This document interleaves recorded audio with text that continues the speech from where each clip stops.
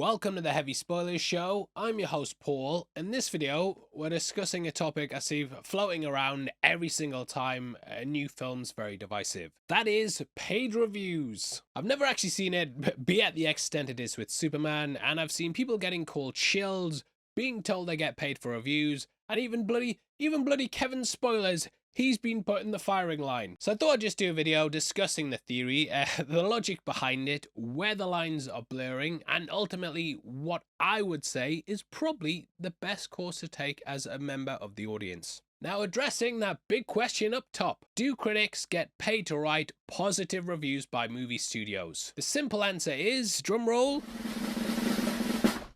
no. Now, if you want something else to watch, we've got a breakdown of one of the Now, where the lines blur is something I want to talk about more in just a bit, but I've seen this idea being floated around quite a lot. And it's usually by people who either don't know how the industry works, or they do know and they're pushing an agenda against something they don't like. So for example, if you cast your mind back to the early days of the DCEU, you might remember that people were being accused of being paid by Marvel to say that DC movies were bad. This was such a weird theory because, like, the Dark Knight trilogy was widely loved, and I think Warner Brothers would sue the absolute living shit out of Disney if they found out that was the case. This then evolved over time to because Marvel's getting worse critical acclaim now, that Marvel have suddenly stopped paying people and instead now it's DC paying them to hate them. Which, whole time I'm like, mate, can you not see the truth? Sony, they're sitting playing these two studios off against each other so they can re-release Morbius for the third time. Why can't you see? They're making more $1 billion no matter the cost. It's even gotten to the point though that last week we did a review on Superman where I hadn't seen the movie but MT and our editor Matt had.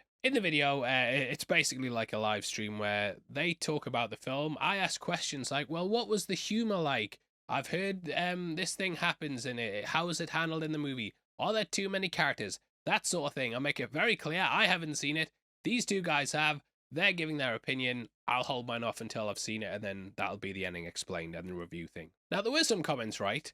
Some that said this was a paid review and that they were reading from a script and not being genuine. So basically, I would have had to have been paid by Warner Brothers, sent Matt and MT instead of myself, and then wrote them a script or something to read that then said the movie was great, and then framed it like it was an off-the-cuff conversation. Which, if you saw the raw video, mate, of that interview, you would not think it was scripted. So there's lots of mental gymnastics you have to jump through to think how that would work, and I think overall, I'd basically have to tell MT and Matt that they have to have these opinions, blah, blah, blah. Now, on the flip side of this, when I saw the movie and did an ending explained, I gave it a pretty mid-review, I'd say. I talked about what I liked, but I also brought up my nitpicks with the film, which to me is a review. Just as a side note, yeah, as well, mate, I think a review should basically be a list of positives and negatives that you have, and then if you like the movie, then the positive list is longer, so you talk about that more, and if you don't like the movie, then the negative list's longer, so you talk about that more in the review. So what I tend to give focus to in the review tells me how much I like the movie. I talked about how good it was for a while, so I must like it. Now, I posted that review on Twitter as well, just in a much more condensed way. Anyway, because of that, I had people calling me a hater, and then on the flip side of it, people saying I'd not been as hard on it because I was being paid and there were things I wanted to say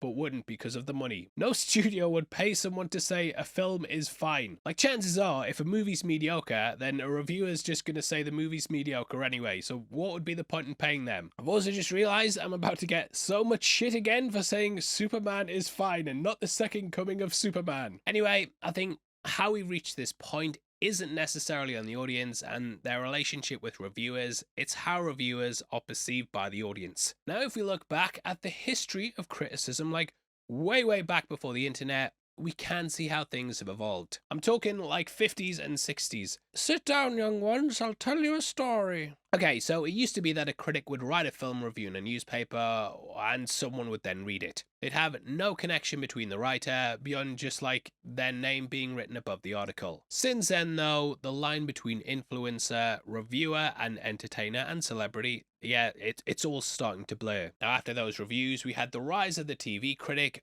most famously in Siskel and Ebert. Then the dawn of the internet began and we had blogs and websites. Some of these websites would then start to post videos and you'd get things like Channel Awesome. Lots of people had their own reviews, and then slowly the rise of YouTube began and everyone switched to that. Nowadays, anyone with a mobile phone and a connection to the internet can be a critic, and there's no real barrier to entry. Because of that, it's opened the door up and everyone can be a movie critic, but you better not, because I'll kill you. Stay off my fucking patch, yeah? And that kind of segues me into what I mean by you have to be an entertainer these days. In order to rise to the top of the pile of the movie critic world, you have to be able to entertain your viewers. Whether that's getting them with your award-winning personality, a rage-filled rant about how The Last Jedi is bad, or something that just makes people click your video, that's what you have to do to stand out in the market. And the learning curve can be tough. Like, even though we had 1 million subscribers, when I switched to doing things on camera, the quality was very, very bad. I didn't really understand how lighting worked, how to color correct things, and yeah, even with all those subscribers, my early camera videos looked terrible. Luckily though, my award-winning personality shone through, but it kind of shows how much you need to do now. Whereas one time, you used to be able to just write up a review and drop it. Now, you have to be good on camera, be able to go to events, come up with wacky concepts like Hot Ones, Chicken Shop, that sort of thing, and basically not fold when you're interviewing Anna de Armas and you have to sit opposite her and be like, I can't, I'll ask you questions, look how fun I am, which I couldn't fucking do, and I don't think many men in real life could do it. You get put in a room with her and you're fucked.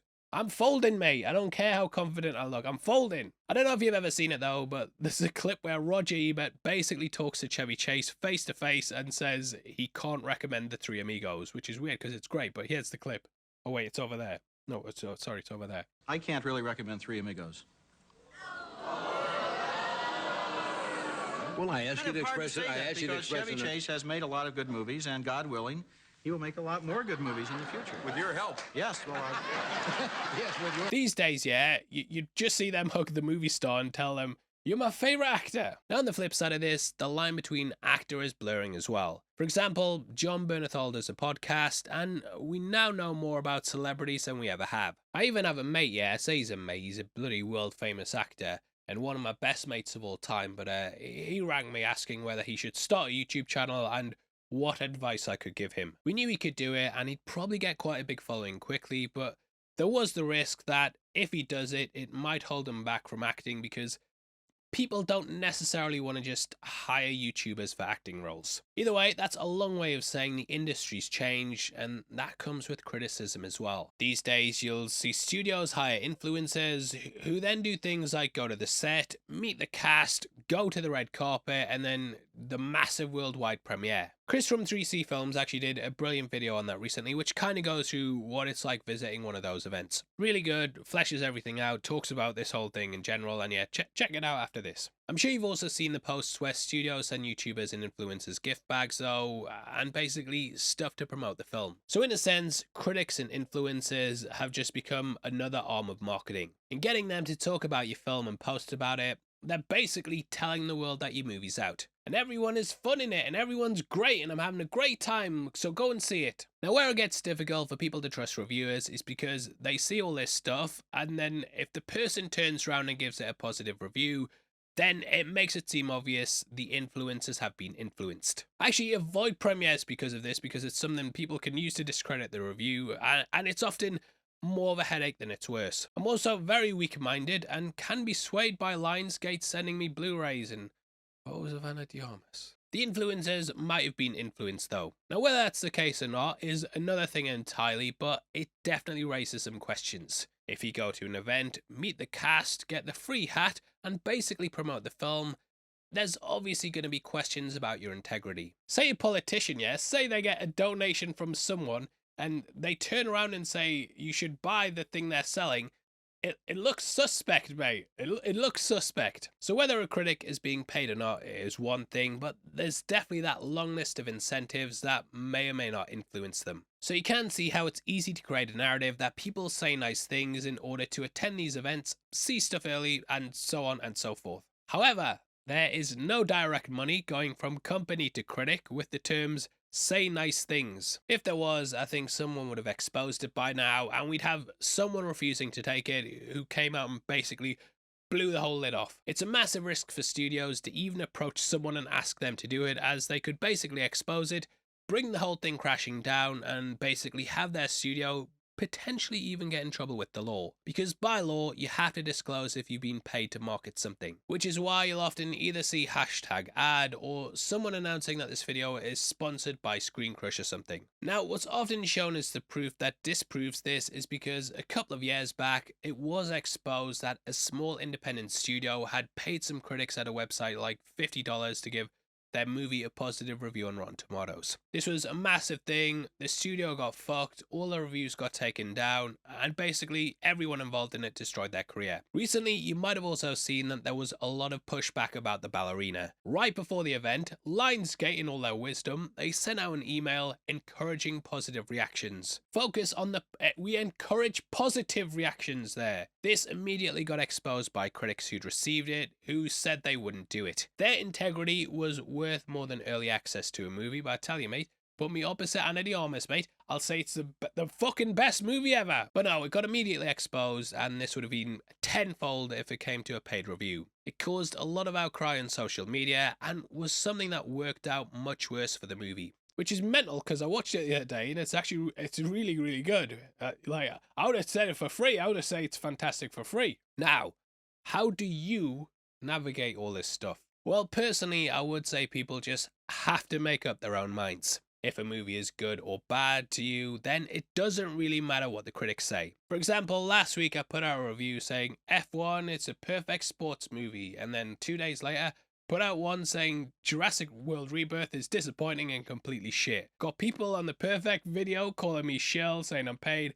People on the Jurassic World one saying I'm a hater, hate everything, you're so negative all the time, and basically you can't win. But yeah, you need to analyze the whole situation and gravitate towards critics that you trust can give fair reviews, whether you agree with them all the time or not. I think there's a lot of people who just basically want to hear their opinion coming out of a critic's mouth to kind of reinforce their worldview, but it doesn't. You're gonna grow over time and realize that isn't the way to think. And I'm hoping for your own sake that you learn to hear other people's opinions and don't necessarily just lash out at them because you disagree with them. Your communication skills will improve, you'll do further in life, and people will get on with you more and learn that you're someone they can talk to and have a conversation with, instead of like, oh fuck, here comes that dickhead who just wants his opinion said back to him. He's going to argue with me. I'm going to avoid him as much as possible. You'll not go that far in life if you become that kind of person. But over the years, I've built up people that I watch and go to because I feel like I align with their opinion most of the time. So that lets me know whether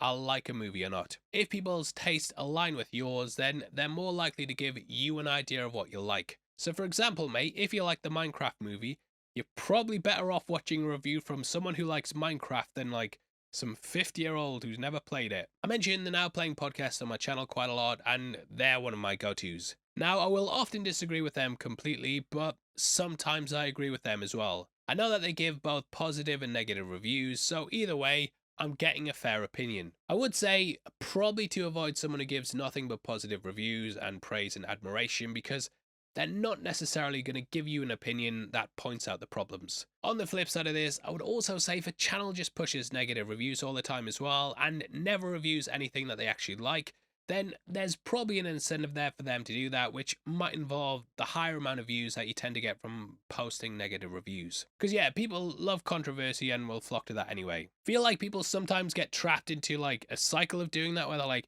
well, I only get good reviews posting nasty things, so I'm going to post loads of nasty things. And then on the flip side of it, it's like, well, I'd get lots of admiration and set visits and stuff by posting positive stuff, so I'm going to post a positive all the time. It becomes about the outcome of the review rather than the review itself. And yeah, I would say just go with people who are like, sometimes I think stuff's good, sometimes I think stuff's shit. Like, look at someone's reviews as a whole outside of a vacuum. Like, we made a massive video about why we thought Joker 2 sucked, and ask yourself, mate, are Warner Brothers going to turn around and pay us to say Superman's mediocre? It's the same with Snow White, got terrible scores, lost the studio hundreds of millions of dollars, and surely they just pay their biggest shills to pump up the tomato score. The logic kind of falls apart the more you think about it. Also, if I look like I'm crying, it's going to be coughing away because I've got bad throat, but it just makes my eyes cry up. I'm not crying because Lionsgate won't pay me any fucking money.